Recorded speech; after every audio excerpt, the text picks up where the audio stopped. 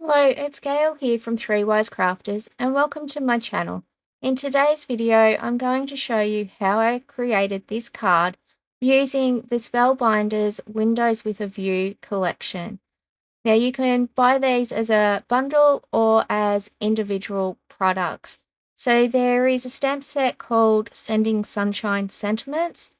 The dies are Up in the Air View as well as Backyard Haven View, which we used on the card today. There's also a stencil set called Background Scapes, which includes stencils for mountains, lawns, clouds, and cityscape. And there's also masks included in that. And I used the lawn part of the stencil on our card project. So the other dies are the Botanical Solarium, which you could create a lot of different projects with those dies. And my favourite is the Coastal Escape View. And I can't wait to be able to sit down and play with this one when I've got a bit extra time.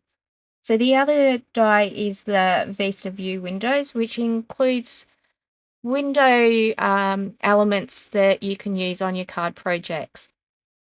So Spellbinders actually have a sale at the moment, and it's called their pre-summer super sale, and this bundle is included in that sale, and all the details will be listed in the video description below, so make sure that you check that out, and for all of the supplies that I've used on today's card. So our card today didn't turn out the way that I had imagined. I was going to create a trifold card, but there was a lot of issues along the way and I had to adapt my card project. So I have included all the mistakes that I've made just so that you can see those for yourself. So I have all my die cut pieces here. I wasn't 100% sure on what elements I was going to use on my card, and I've already trimmed down my acetate, and I have all of the window pieces and the card panels cut ready to make that trifold card, but it just didn't work. So some of these pieces I'll be able to put aside and use on another card project. And I cut them all out in white just to be able to ink blend today. So I've got my best ever craft tape from Spellbinders, and I'm just masking off the area so that I can apply the Tattered Rose Distress ink onto our card panel. So I've just applied that quickly, and I really like the color Tattered Rose. You can apply it really pale, or you can give this Mediterranean look to your card, and it is a really pretty color if you haven't used it before. So this is when I was making our trifold card, and I've just turned that over, and now I'm applying some distressed ink to the back of that Tattered Rose piece. And then I'm just swiping the antique linen over our card panel just to give it that wood effect for the outside of our home, so to speak. And then I've gone in with tea dye just to add a different color to that card piece. Now I didn't end up using this card panel, but that's okay. Sometimes you've just got to try things, and if it doesn't work, you just need to adapt your project to get a finished card at the end of the day. So I'm still applying the tea dye here, and then I've just quickly gone back over and put some antique linen back over the top just to tone it down a little bit. So now I've got my Gina K design glue in a fine tip bottle, and I'm just applying the glue down to be able to put our acetate here. I have 2 window frames cut out, but I only end up using one. I had both die cut ready to make our trifold card, but now I've got an extra piece. So now you can see I'm just lining up our card panel here just to see where I need to apply the ink for our lawn. So I'm using Twisted Citron and Mowed Lawn to create different shading for our lawn area. I've applied Twisted Citron to all of that area, but then I mostly end up using Mowed Lawn to create the different effect for our lawn and to give that illusion of dimension with our ink and our lawn. So you can do that with any shades of green, the ink that you may have in your stash, and you can create a similar effect. I've just gone back in with the mowed lawn over the top just to tone it all in a bit better. I felt that the Twisted Citron was very bright for the effect that we were going for, so I've just toned it down a little bit and put our stencil back over that so I didn't go outside. Now I've got a mask down for the lawn here, and I'm just using tumbled glass to apply some blue ink to our background for a cloud effect. You could use the cloud stencil, but I decided not to. I thought it might have just been a bit overpowering, but if you are using the tumbled glass to create a blue sky effect, you will need to apply a little bit more ink than what I did. It was toned down on my finished card project, but I didn't mind that. There was a lot going on with the finished card as it was. So here you can see how I was going to design the card, and I'll explain later why I didn't make that. So now I'm using gathered twigs to do our window box. I don't actually put any flowers in the window box, but that's okay. It just added an element to our card front. And I really liked how deeper brown this gave our window box.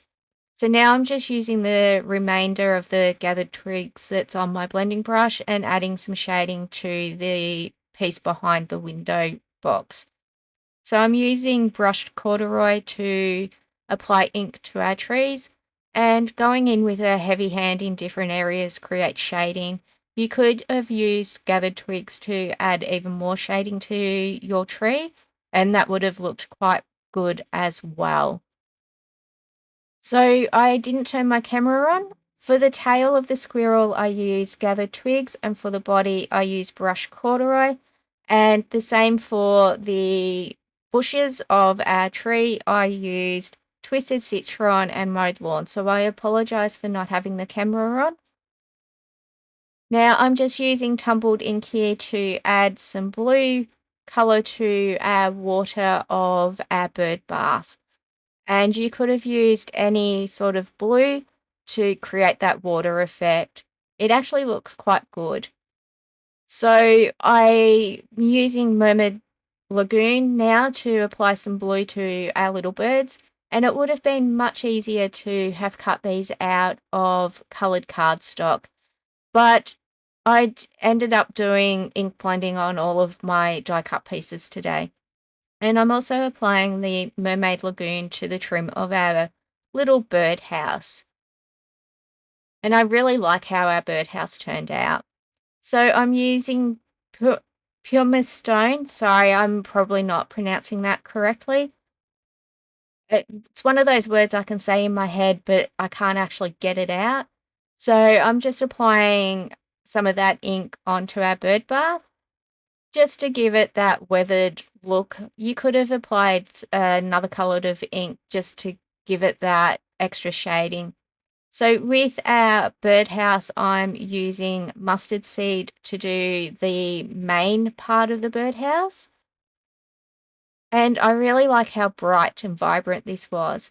And then I'm using candied apple just to do the little heart that goes in our little birdhouse here.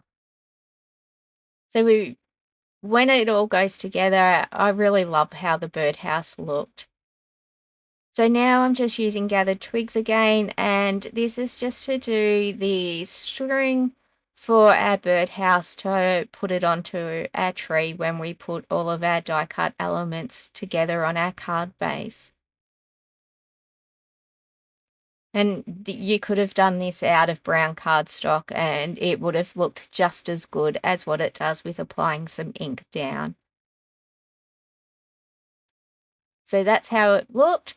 Now, this is where I found that my card was too flimsy to actually hold up when I put it together with all the ink that I put on with the tattered rose and the antique linen and tea dye. So I trimmed them down, but I also had issues with my best ever craft tape and it actually pulled off some of my cardstock. So I trimmed the panels down and I'm just applying some glue now to the window piece.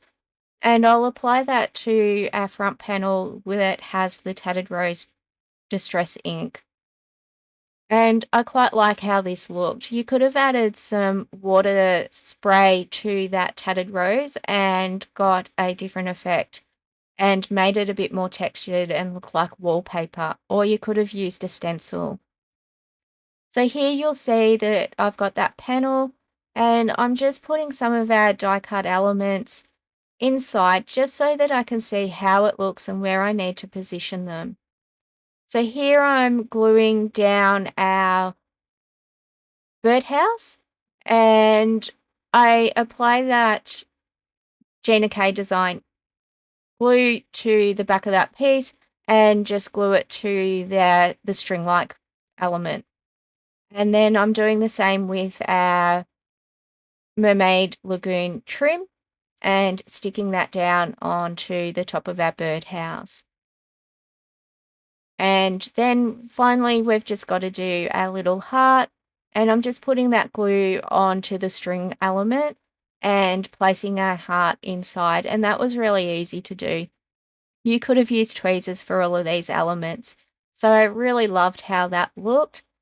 And I'm just trimming down that string because we don't need it so long hanging down from the bottom of our birdhouse, and I didn't need it to be as long up the top as well. So I'm just trimming that down a little bit and putting a dab of glue on one of the circle parts just to make it easier to glue it on. I left that circle there, and I bring my tree over. It's a lot easier to just place the tree down on top and press that glue down to hold it all together. Now I'm just applying some glue to the back of our tree and sticking down some of our bushes. They can be used as bushes or for a bushy look on your tree. So I decided to use them as the tree component rather than have them as bushes. So I did use the Twisted Citron and Mowed Lawn for different elements of these, and then I just rotate the look. So here I have the Mowed Lawn piece on the bottom and then the Twisted Citron on top. And then the next time I do one of the base pieces, I'll have the Twisted Citron on the bottom and I'll then put a Mowed Lawn on top. And that's just giving us that faux shading look on our tree that you can get at different times. So I really liked how this looked, and some of it actually sticks out because of the pieces that are underneath it, and it gives it a more bushy look for the tree. Not that you can really see it on our finished card project. So I'm just gluing down the second last piece for our tree. I used 6 pieces to create our tree today for all of the leaf colours. And this was really easy to do. And it didn't matter how you lined these up, it would look good no matter what. So then I'm just constantly go back and check where the placement is just to make sure that you can see all of the elements on our card, and then realize that I actually had the Tattered Rose panel too high. So here I've just applied glue to our tree, and I'm gluing that down to our card panel. And go back and make sure that that's placed exactly where I want it to be and liked the position. So then I glue down our bird bath. And I love bird baths. I don't know about you, but I really want one for our backyard. We get quite a few birds in our backyard, so we're trying to encourage more birds as well. So having a nice bird bath would do that. So now I'm just putting some glue down to put in our little strip of tumbled glass for our water. And I probably would have done a different shade for the water, but it looks okay. In the finished card, it looks all right. So now I'm just putting some glue on our squirrel tail and putting that to our squirrel's body. And I love how this squirrel turned out. It's so cute. So now I'm just putting some glue on the back of our squirrel and putting him on our bird bath. And as you can see, I'm just double checking that the placement is where I want it to be. And I thought he looked rather cute sitting on our bird bath. So now I've glued down one of our bluebirds, and I'm doing our second bluebird now, and I'll place that bluebird just above the birdhouse. And I really loved how that looked. And again, all I do is constantly check placement. So I'm trimming down one of our bush or tree leaves parts, and I'm going to just trim off the top part because I thought that it looked a bit like grass. And I wanted to have a bit of an element over the base of our bird bath. So I thought that using part of this tree bush or just a plain bush gave that look of having some grass at the bottom of our bird bath. So now I'm just applying some Gina K Design Connect glue to our planter, and I'm just gluing that down on our front card panel here. And you could have put a sentiment in lieu of having the planter, but I actually didn't put a sentiment on this card. I decided not to because I wasn't sure what I'm going to use the card for. So here I'm just using foam adhesive, and I've taken all the backer pieces off, and I'm just putting some glue down onto our foam adhesive just so that I have a bit of wriggle room when I place that panel on top of our die cut element panel. And I really loved how this looked. I wasn't 100% sure that I would like it at the end because it didn't turn out the way that I had imagined it in my mind. But this just shows you that you can adapt your project if it's not working, and you can still come up with something that looks quite beautiful. So now I'm just doing my card base, which is Nina card stock in 110 pounds, and I use the score buddy to score that in half. And I'm just using glue again. Now I line up my left hand corner here and the bottom long side, and then I drop that down. So here's our finished card, and I hope that you've enjoyed watching today's video. If you have, please make sure that you give it a big thumbs up and subscribe to the channel. I've listed all the supplies below as well as the details on the Spellbinders sale, so make sure that you check that out as well. Thank you so much for watching.